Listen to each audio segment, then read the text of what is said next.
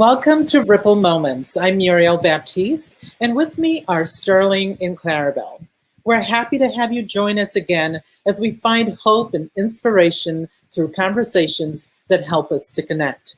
These conversations are free to the public, but if you can, we encourage you to support our work by donating. You can visit ripplemoments.org or utopiaconnectfoundation.org to make a donation or to sponsor a conversation. Sterling? Hi, yes. Welcome and bienvenidos. We're really happy that you're here to join us for this conversation. One of the things we're doing is connecting over inspirational quotes, and today's quote is, "The point is not to pay back kindness, but to pass it on," by Julio Alvarez, which I think is really important because it's not about an exchange of kindness, but rather just kind of keep putting more and more kindness out in the world. And Miriam, what do you think? Yeah, it's really true. And it's one of the things that I learned. I always felt like I had to pay it back to the person who gave to me, but it's not about that. It's really about passing it on. There's someone else who might need more than that person who gave to me. So it's a beautiful quote. Clary, what do you think? I agree. I think that if everyone adopted that, eventually we'll all be passing on the kindness to everyone on earth, right? So I think it's a beautiful ripple moment. Beautiful. So you question, who is our guest? Our guests are people who you should know. They've made notable contributions, or those who we thought you would inspire and lend inspiration to our communities. We would like to say that this serves as a time capsule for the future, and it's why we seek guests that brings hope as we continue to navigate this pandemic. Clary? Join me today as we welcome today's guest. Today's guest is Rogelio Lopez. Rogelio is the president and co-founder of the Hispanic Business Network, an organization focused on community, career, commerce, and culture. Rogelio also sits on the board of directors for the National Museum of Mexican Art, the Asociación de Empresarios Mexicanos de Chicago. And he also maintains an active involvement with organizations such as Community Investment Corporation, the Little Village Chamber of Commerce, and Illinois Hispanic Chamber of Commerce. Mr. Lopez is a graduate of Loyola University and has been the recipient of several awards and recognitions by PNC Bank, La Rabida Hospital, and Geddes Hill. Career-wise, Mr. Rogelio Lopez is also the Senior Vice President, Relationship Manager in the Community Development Banking Group at PNC Bank. It is obviously our pleasure and honor to have him here today. Welcome, Rogelio. Well, thank you, Clarabelle. Nice to see you. Nice to see everybody. Welcome. Welcome. We are super excited to have you here, and we've got some good questions. But before we do that, I'm definitely not going to let you off the hook. We're going to bring Sterling on so that he could put you under a little bit more pressure before the interview gets started with our COVID challenge. Yeah, so are you ready for the COVID challenge? I am. All right. So we have 14 questions for you to answer in under a minute. Oh. And you just a yes or no answer is good. So you don't have to worry about explaining a whole bunch of stuff. So it's all good. So All right. Number one, did you bake bread? No. Did you work from home? Yes. Did you ever have a meeting in your PJs? No. All right. Did you hoard toilet paper? No. Did you welcome more technology? Yes. I'm still not good at it, but yes. We're all working on it. Did you ever put up a filter that you couldn't take down during an online meeting? Yes. We'll have to ask more about that later. Yes. Did you resent more technology? No. Did you get a new pet? No. Was your eating out of whack? Yes. Yes. Did you support your favorite restaurant? Definitely. Cool. Did your mask make you self-conscious about your breath? Yes. Did you get more or less sleep than you did in 2019? More sleep. Oh, nice. Hallelujah. Are you forever changed? Yes. Are businesses forever changed? Yes. All right. Well, congratulations. You passed that test. All right. You made it through. And we snuck 2 more questions in there because we've Uh, been enduring this for longer. So, Yeah, I was gonna say. yes, we definitely have to hear about your filter story later on. Now that's right here. Yeah. But before we get into that, we've got to know a little bit more about you. You have an impressive legacy that you've left, right? I mean, you established the Hispanic Business Network. We want to hear all about that, but we really want to know who you are. Tell us all about yourself. Well, was born in Mexico, raised in Mexico till about 10 years old. So I came to Chicago in '77. Went to Epiphany School, and this was back in the day when there was no bilingual classes. So learned English from somebody that did not speak Spanish, and I did not speak English. So I had to learn, as they say, by uh, you have to or you're out.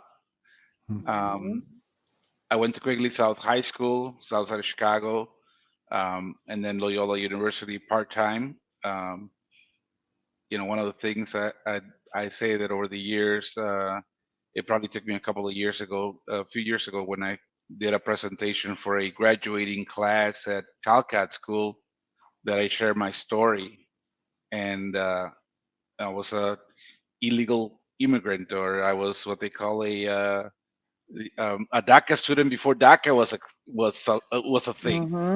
Um, so Loyola University. When I went there, I went part time, 10 years. As they say, the scenic route. But that was the way that I could do it to be able to afford it, work full time and go to school part time. So I got my degree in finance, been in banking probably since '93 with major banks, LaSalle, Chase, Fifth Third, and currently PNC Bank. I love your story because I feel like in 2021 we need to hear stories like that. We've in the media we've heard some charged comments about what maybe people from other countries may bring to this country, and this is so beautiful to see that you had such a struggle, right? I mean, you went to school, you went to university for 10 years, but you did it, and it was a struggle, but you did it.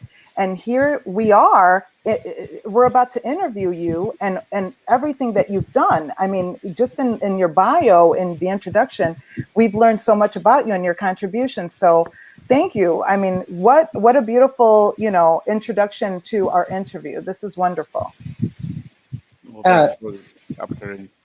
Yeah, Clara, you're so right about that. And I just want to say, that congratulations on beginning the Hispanic Business Network.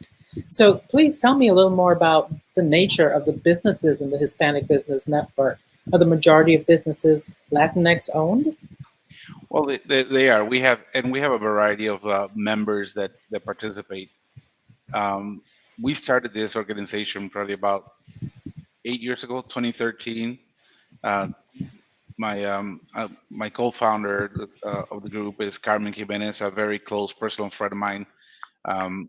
We have been friends for over 25, 27 years, and we participated with another organization that kind of dwindled a little bit during that first financial debacle of 2008. If you remember that, when banks were too big to fail, yet they did. But right around that time, all the bankers that were part of that other group kind of focused on their job. So this organization that was giving up all that time, they said, no, we got to focus on where we need to.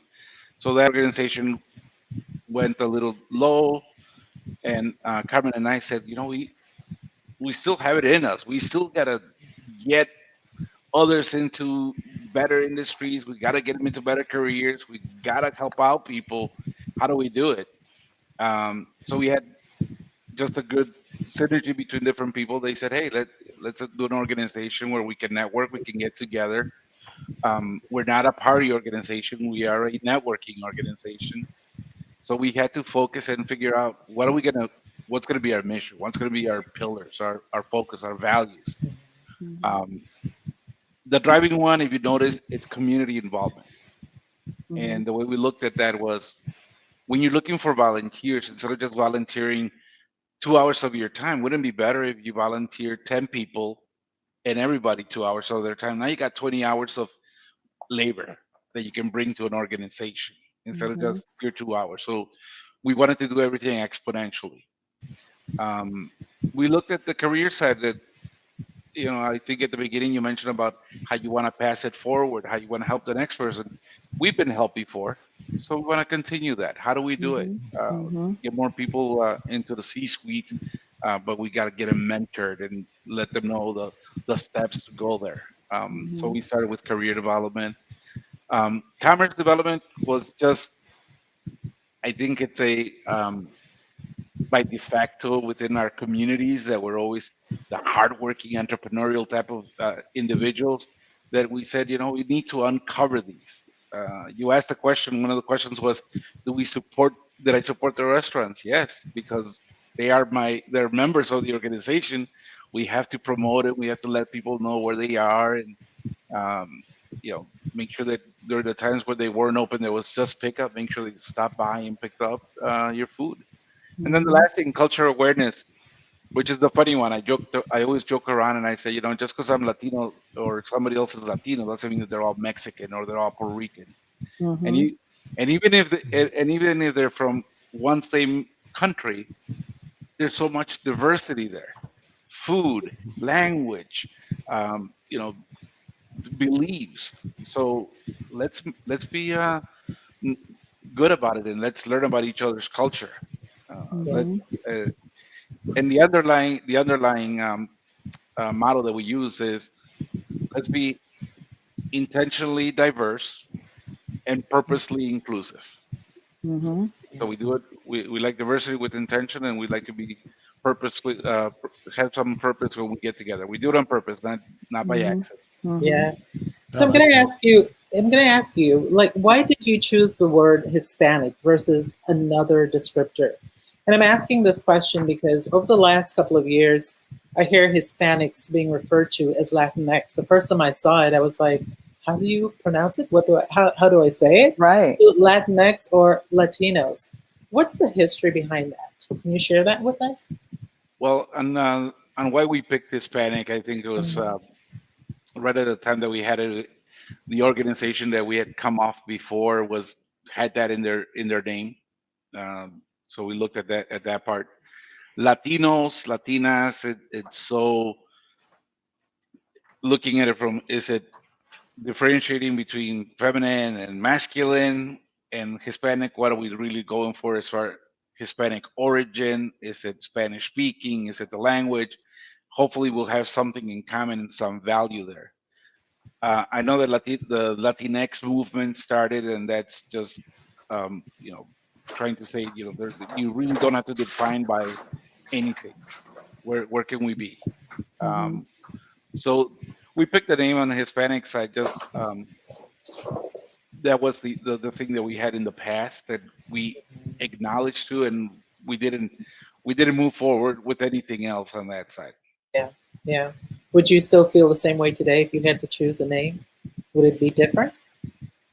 I thought we've talked about it. I've thought about it that if it was going to be starting it again, we may change that the Hispanic side of it, just because we've had members that join us and they're like, but I'm not Hispanic, I can't join. And I'll joke around and I'll say, where does it say that it's only for Hispanics? That's Okay. I just tell them, just break it down. Are you in business? Yeah, well then let's network. Okay. Yeah. Thank you for sharing that. I like that.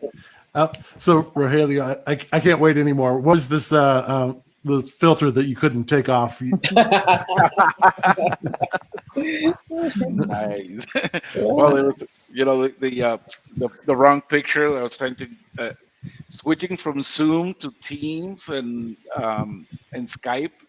There's some things that allow us to put a backdrop and some that don't. And I Mhm. had, and on one I think I had a picture of me on one side. I couldn't get rid of it, so I had like having the twins there right behind me. Took me a while. Took me a while. Nice. Getting instructions from people on the call. It's like, how do I do this? It's like that lawyer who was the cat or whatever like that, you know. And, Yeah. Good times. All right. Yeah, I think we've all had some sort of fun with those filters, whether we liked it or not. So,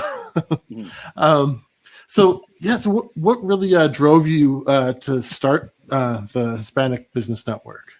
Well, the whole driving force for me, it's always been getting involved in the community and having something that we can do as a group.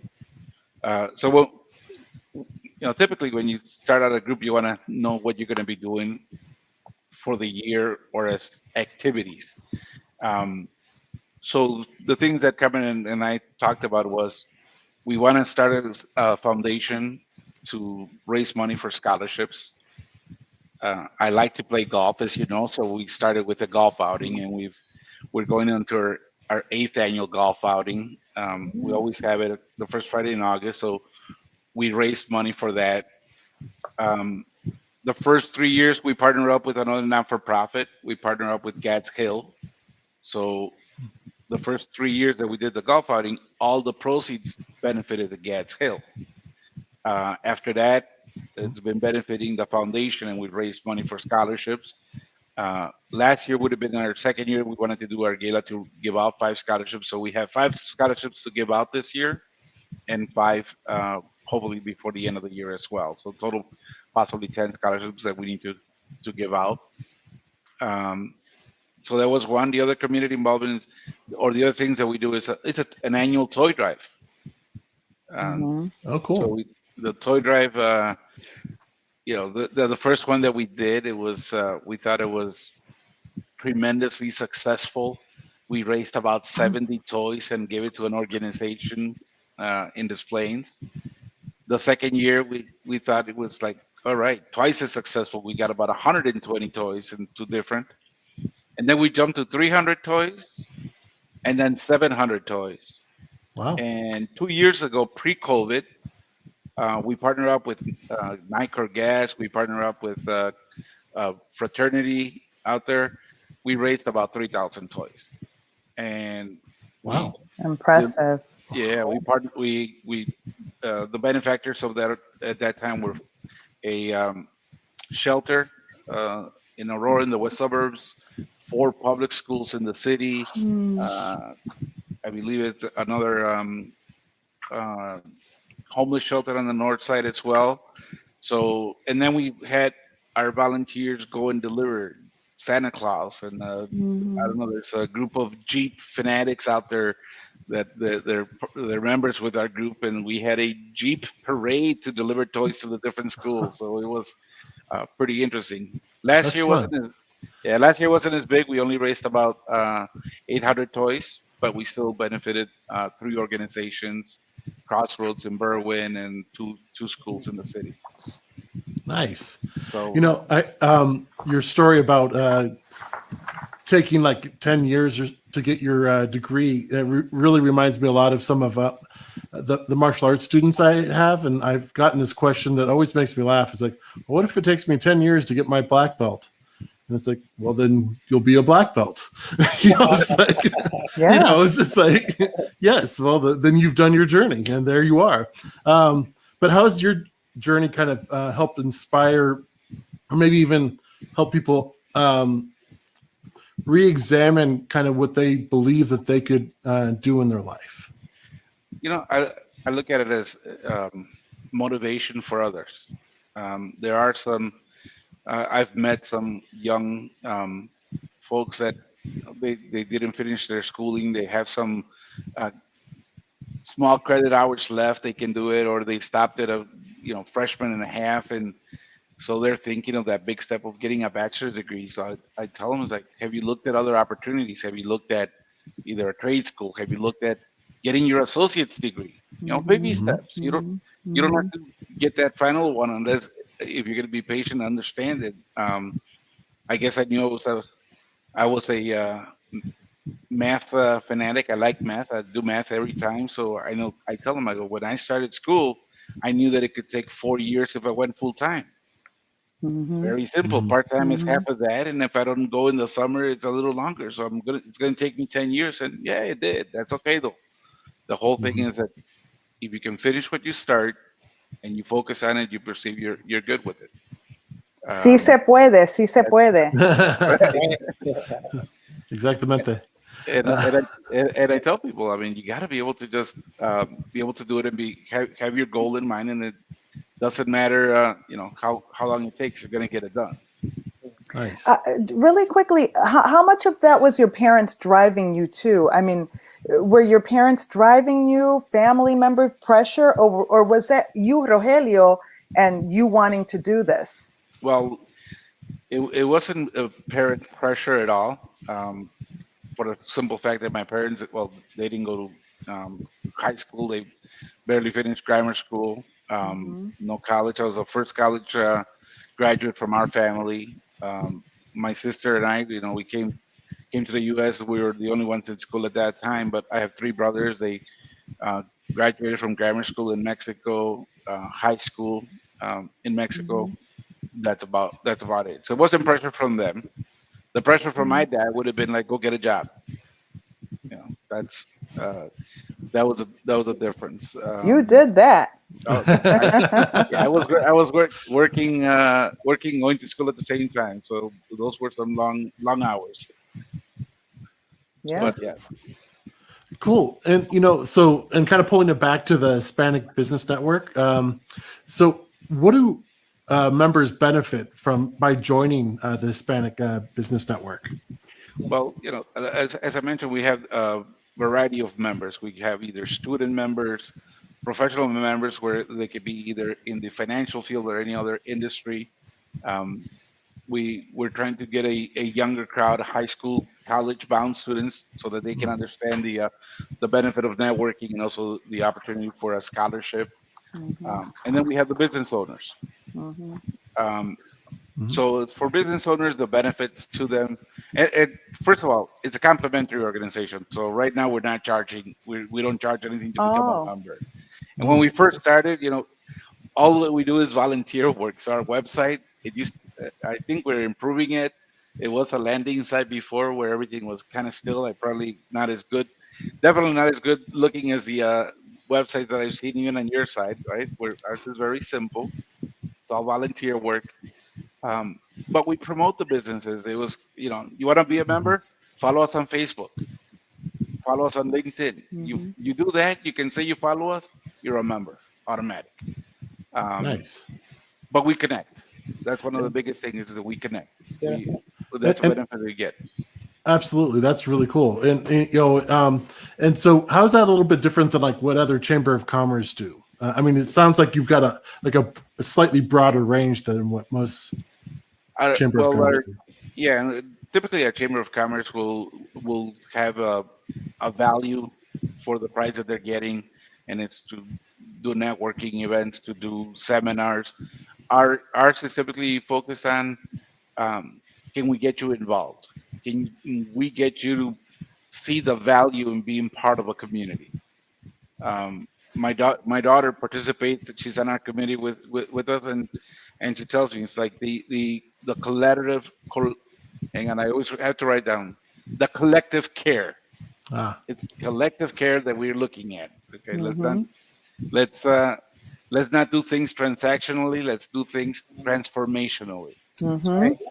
I like that. How can we cause something? And that's what we're trying to do. It's like I said earlier, we're not a party organization. We are a organization that focuses on the members and how we can help them develop and work in the communities. Nice.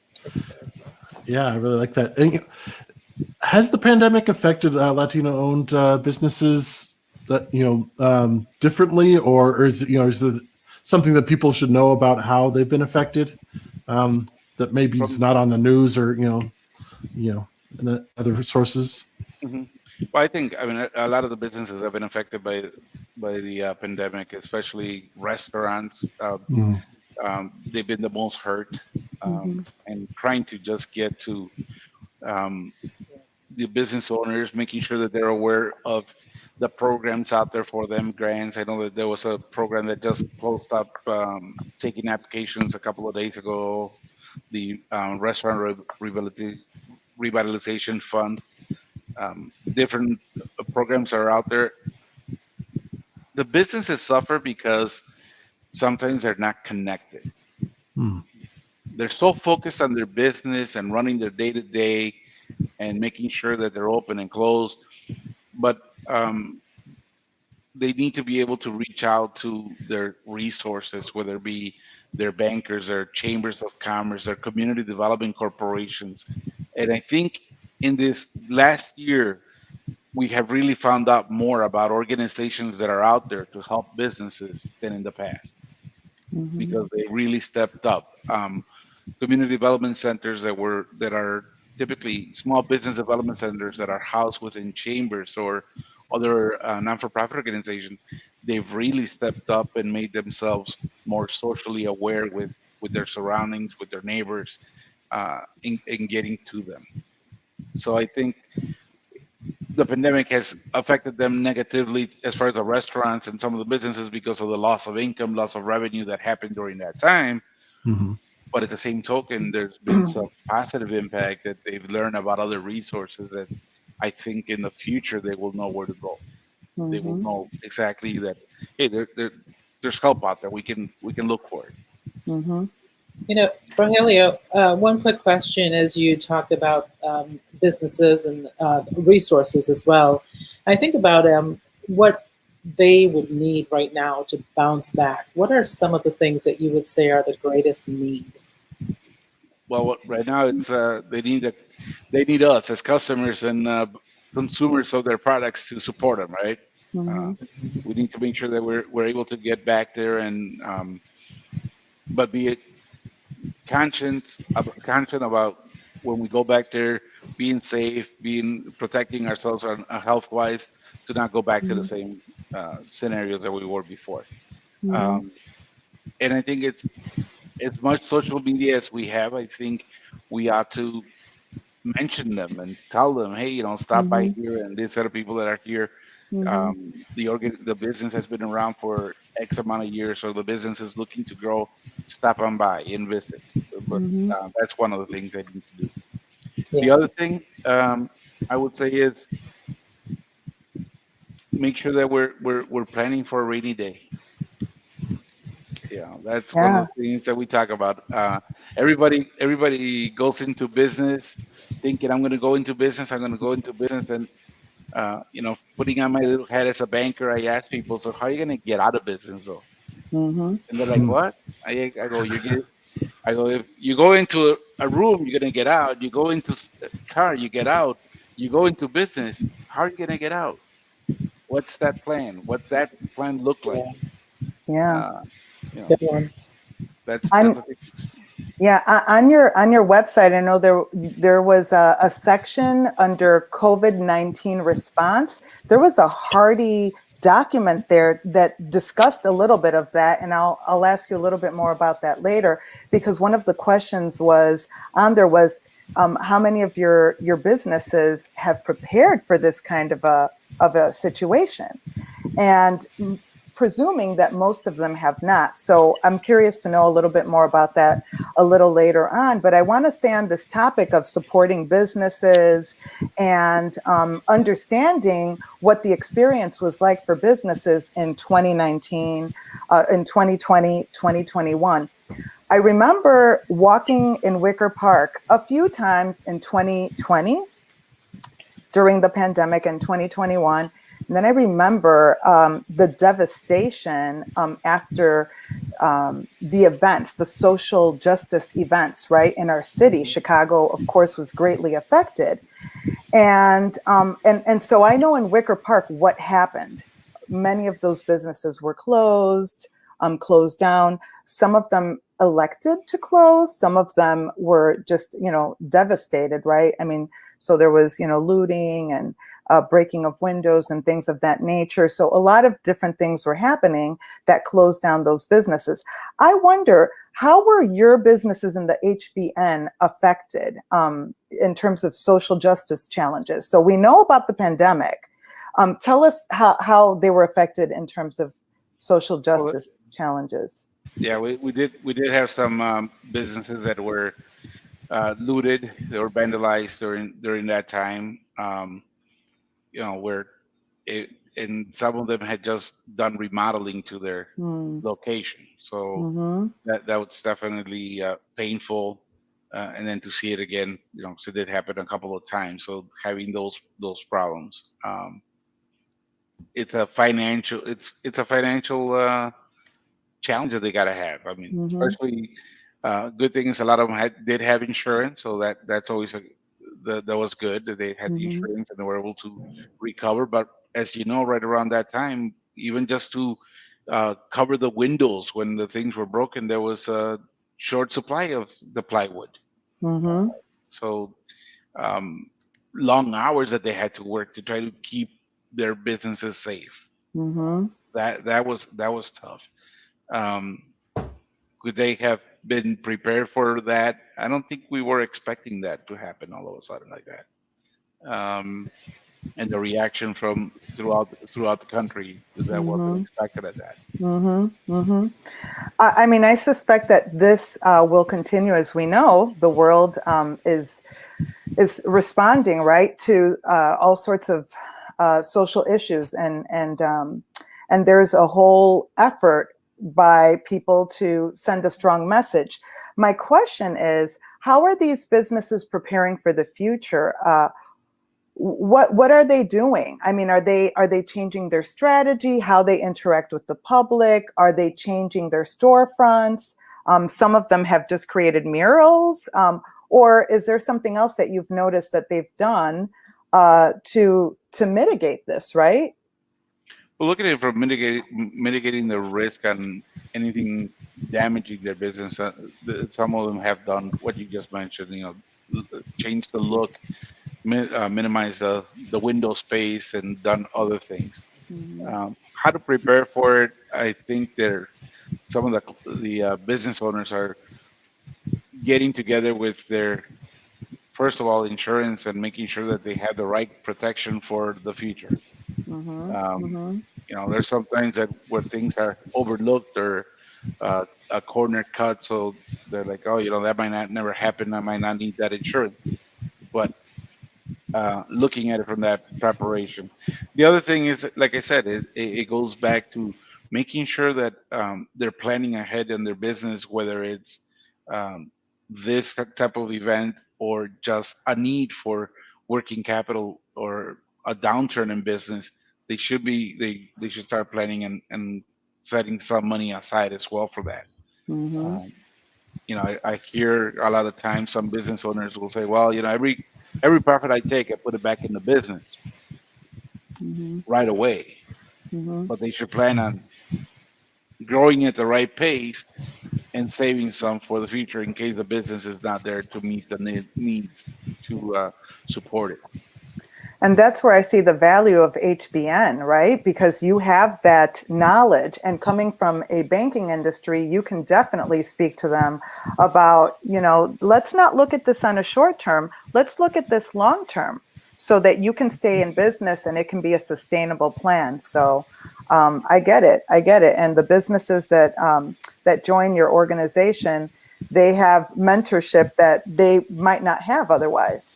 Yeah, and one of the things that we focus on a lot was on our members, and the members that we get, if we ask them, you become a member, we will ask for one of three things or all three things, but hopefully time we can give, talent, and if you got treasure, we'll take it, but not needed, right?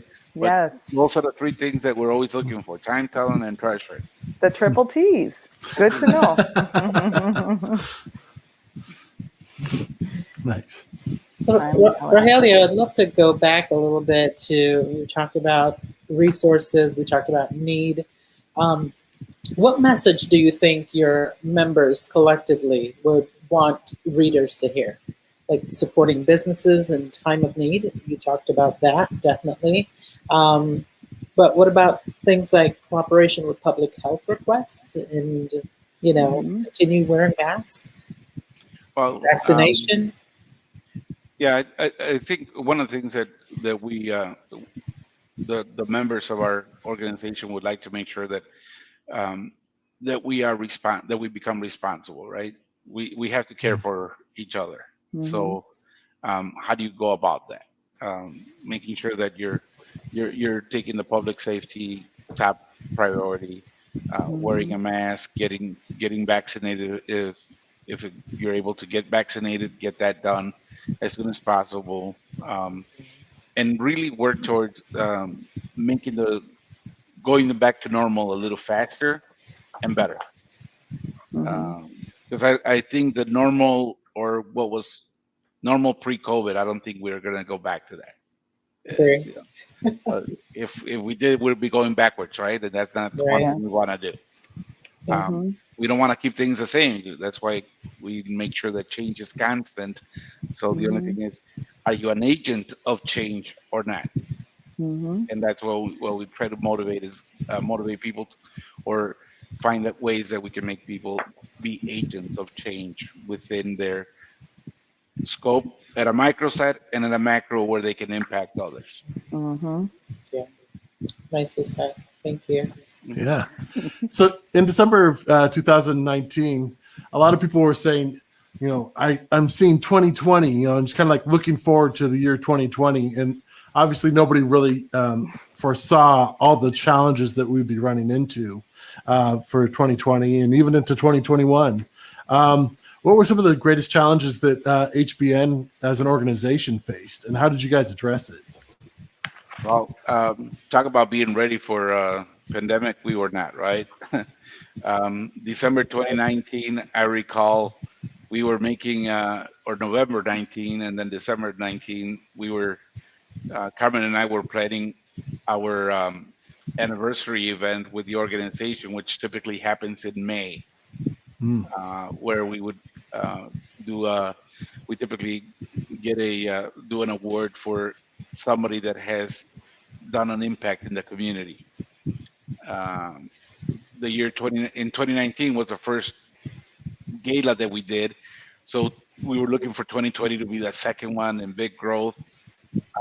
And right now, we've pushed it because there was no place to have it. Right, everywhere was closed. Right. Yeah. Nobody was doing events in person. The first events I think that we're looking at, that I'm part and the organization that I work for, we support so many organizations. Everything is virtual. A virtual lunch, a virtual dinner, a virtual networking. Everything is virtual. So we've moved ours till next year. We're skipping 2020, 2021 as well. So how did that impact us? We think that we possibly lost funds for 10 students. That's the way we look at it. It puts a delay, puts a hamper on what we were looking to do. And I think we're not the only ones. There are other businesses that went through the same facet where they could not do anything in person, where they really counted on that. And as far as how do we adapt to it, we did do some virtual events as well. We did some educational seminars. We had people that could talk about COVID. We did some new partnerships with the Puerto Rican Cultural Center and their Small Business Development Center. We did webinars on how to apply for a PPP loan, how to apply for forgiveness, how to apply for the EIDL loan. So we were doing seminars through them, and because we have enough members that have that expertise, that we could support that part of it. And then we also try to work with businesses and how to market their business, how to go social. 'Cause a lot of businesses were not going social. A lot of small restaurants didn't have their menus, and they were a pickup, but it was a order while you're there and pick up and go, Mhm. Right. which now changed. Right now, you gotta order ahead of time and just do a curbside pickup, and not just wait in line. So it was a lot of seminars and webinars around that fact, education. Yeah. So, what was like the most creative, effective solution that you witnessed a business implement during the COVID times here? Oh, that's a good question. I mean, I think restaurants, and I'll stick with restaurants 'cause since those were the ones that were impacted a lot. But Mhm. um, I think the creativeness and being able to everybody come up with patios all of a sudden, right? Mhm. Right. Uh, Yeah. something Right. that was not here, right? Hmm. And then in I know that in small suburbs, like in the west side, in the west suburbs, there are little the suburbs or the cities were supportive of the small businesses like that, and they closed up a street so that they can have their restaurants outside, so they can have the outside seating. So getting that support, and in the city of Chicago, it also happened. They were trying to support them as much as possible Mhm. to keep the social distancing. Mhm. But I think that was probably the that was one of the most common. Uh, the virtual tequila tastings. Those were interesting. Someone came up with that. I never thought that I would have a virtual tequila tasting. And I guess the person what they come up with is you have four little bottles of tequila, four little testers, and you pay ahead of time, and it gets shipped to you. You gotta have an adult person sign for it, and then you have it in front. You're in front of the computer, like for the web or the Zoom call, and they'll tell you, okay, pick up this little bottle. This is where it's from. This is what it should taste like. So that Nice. was I like that. yeah, No Yes. drinking and driving. Right. exactly. Like Yeah. you're home, you got the munchies, go in your own fridge. That's a great Yeah. idea. Yeah. Now that one I I could have love tried that. that in my jammies. Yeah. Hopefully, not too Yeah. many people pre-gamed it. So Exactly. Right. Right. Did you discover a new liquor that you liked or something really cool as a result of that? uh, no, I just don't like tequila. We established that. Right. That got in the way. Yep. Yeah, Exactly. that's Wow. smart. So we've been, this is really inspiring for me because I've been wanting to have these types of conversations with businesses, but Mhm. the time has just not been right and everyone's, still closed. And here we have an interview with you and you're able to give us insight that we've been wanting to get Yeah. and also helping us to promote those businesses, right? But also hoping to, promoting the Hispanic Business Network, because like you said, you don't have to be Latino, Latina to join. And you can simply join and just, basically on social media, right? Like Yep. your organization. So we're going to ask you right now if someone's interested in supporting the Hispanic Business Network, do they just type in Hispanic Business Network and then kind of see what your Facebook page looks like or your Instagram? Yeah, we Uh, have our Facebook is Hispanic Business Network Chicago. mhm, It should come up pretty fast. Our website, if anybody wants to go out to our website and they can join there, it's hbn-chicago.com.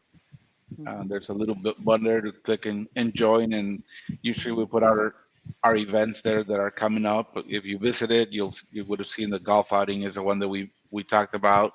mhm, This year we're doing it at White Pines, and again, that's our biggest fundraiser for scholarships that we do. Uh, then on LinkedIn, you can follow us as well.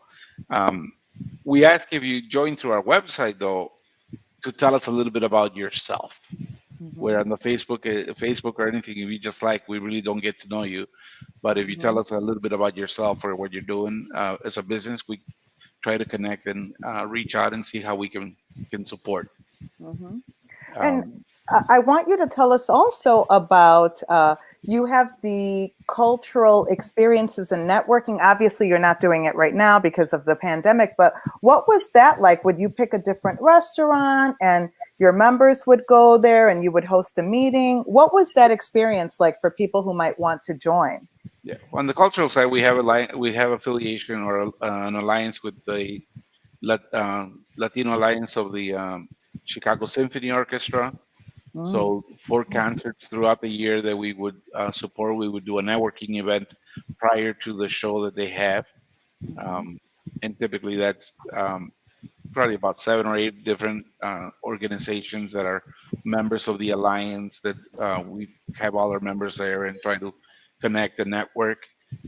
We also have a partnership or an agreement with the National Museum of Mexican Art, of course. I mhm, said on the board, mhm, but mhm, we do our annual event there, our parranda. We call it the parranda, but it's our annual holiday party in the beginning of January.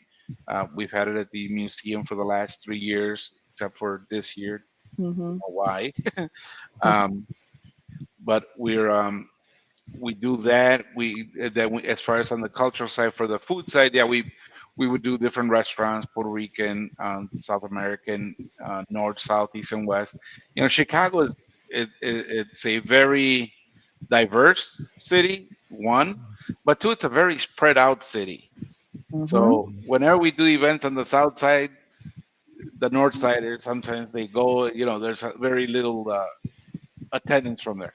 We go to mhm. the north, same thing, and then we go to the west. So we had to make sure that we're doing events throughout the city in all areas to make sure that we get our members out there. So that's the things that we need to get that we'd like to do. And do people have to be in a business owner in order to join? I mean, they could probably just Like, be a person who wants to volunteer, right? yeah, it could be like I said. We're recruiting high school students because we want them to make sure that they develop and understand how the value of networking and having a good organization to partner with as they go into work, if they're going to college, as they come out of college, uh, finding the right job, and then connecting them to mentors and helping them look for the right mentorship programs. Um, so they don't have to be in business. It's open to everybody. Mm-hmm, It mm-hmm, is open to everybody. mm-hmm. Great. Wonderful. So we know what you do really well, what you've been doing really well. I wonder, how has the pandemic and all of these social justice challenges changed HBN as an organization, your strategy? Do you have any idea, any indication of how you have changed and how you want to reach your businesses in a different way, or your partners in a different way, your Yeah. volunteers?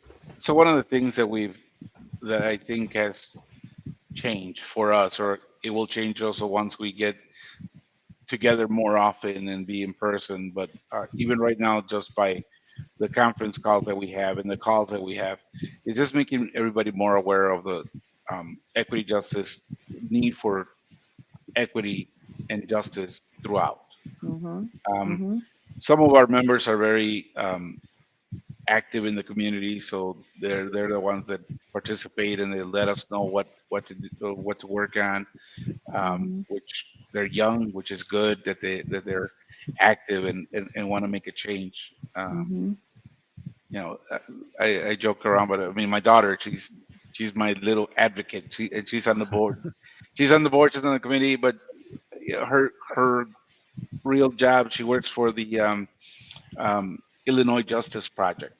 Ah, Oh, Okay, great. which is part of the somewhat related to the Chicago Community Trust, but they work with helping youth at risk and youth that have been they've had trouble in the past with legal matters, try to help them get back into the workforce. mhm, mhm, So, and again, everything that we do, there's a little committee of people that I go back to and I say, hey, you know, help me understand. mhm, Share with us so that we can we're doing the right things and that we're mhm, looking at it from your lens. Uh, mhm, Claire, well, Fernando Moreno. Mm-hmm. So I go to Fernando, I go to Corina and Pedro Guerra, who he's our techie guy, but he's also very active in the community. Mm-hmm. And the good thing is, like I said, that they're young, so there's more to come from them. Mm-hmm. Mm-hmm. Fernando's doing great work, and he's very involved, just like you, in the community. So it's great that people like that are in your circle and your network, because you're helping, as the quote said, to help spread more kindness right throughout. Mhm. So, and then you had Nepanoa. There was an article by Nepanoa on your COVID-19 page, and it was the comment that I made earlier, that planning in advance for these types of challenges that we've experienced recently, that's critical, right? You talked about helping businesses and people become agents of change. Could you Correct. tell us a little bit more about that? Yeah, I mean, and Nepanoa, one of our members, who also sits with me on the board of Asociación de Empresarios Mexicanos, Alberto Villarreal. Mm-hmm. He's the president and founder of Nepanoa. Mm-hmm. And the organization, it's a consulting firm, but what they do is help businesses that are here in Mexico, in the U.S. and in Mexico, and plan for the Mm-hmm. change, for the movements or anything that needs to be done. And there, any articles that our members write, we try to make sure that we're sharing with our membership. Definitely, and that's where, again, your value is there, because you're seeing this on a financial end, you're seeing this from an expertise end, and from the networking that you do. So Thank you for what Absolutely. you bring and what you do every day. We appreciate you. Thank you for having me. Appreciate it. Absolutely. And I bet you really know some other inspiring people too, because you've got a network. So we would ask this of all of our guests, because we bring on inspiring people. Who's somebody you'd like to nominate for us to interview in a future Ripple Moments? Well, there's two people that I would probably recommend, and they're great folks. One of them is Berenice Tenorio. She's the founder of Nuestra Cocina Brands. So cheese, they do cheese and dairy products. And then the other one is Alberto Villarreal, who is the owner co-founder of Nepanoa. And again, he used to, I forget the previous company he was with. It's either one of the top 5 accounting firms downtown. He was with them for a while, but coming to the United States on a soccer scholarship, and really working. So that's Great. a great story. He's got a great story, and then maybe you can ask him what Nepanoa means and how he came up with that name. Yes.